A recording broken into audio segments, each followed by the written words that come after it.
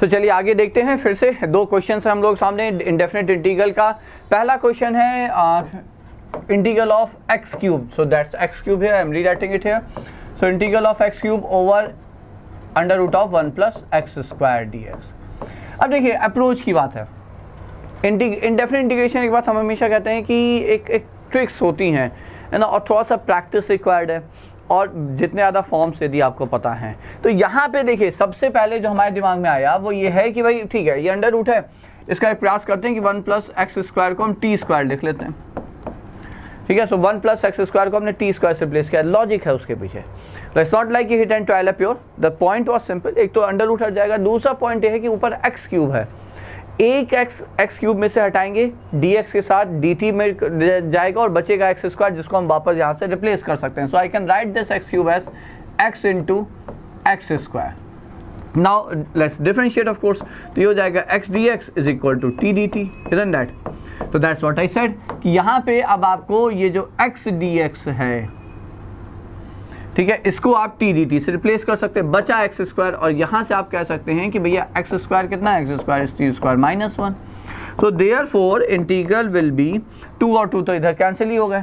ठीक है, तो ये हो गया आपका एक्स स्क्वायर की जगह हमने रख दिया -1, ठीक है, नीचे हो गया टी और ये हो गया टी डी टी। और देखिए सो सिंपल, इजंट दैट? कितना सिंपल, सीधा सा ये आपका इंटीग्रल हो गया, टी स्क्वायर -1, टी स्क्वायर का इंटीग्रल टी क्यूब बाय 3, और टी कितना है, टी हो जाएगा अंडर रूट, तो ये हो जाएगा 1 plus x square raise to the power 3/2 over 3 minus under root of 1 plus x square plus c। So is that an option? Is that an option?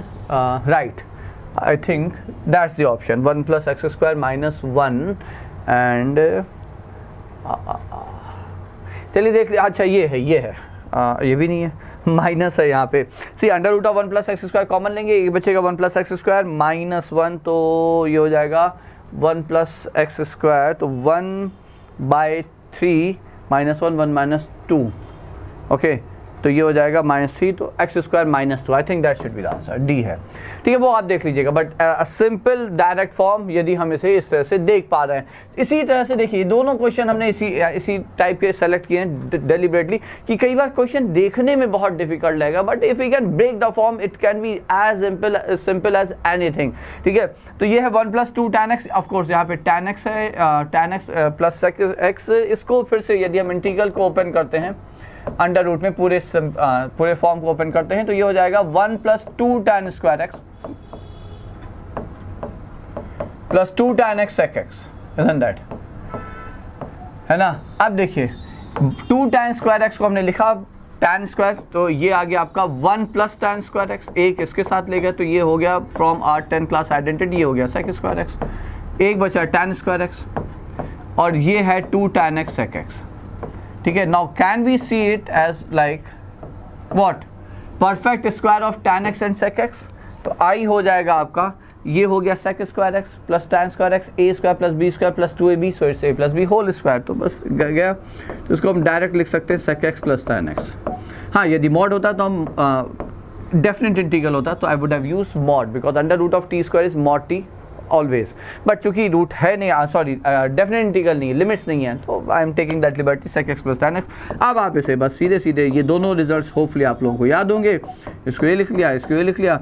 tan x का integral ln sec x होता है mod of sec x, ln of mod of sec x, और sec x का integral होता है ln of mod of sec x plus tan x।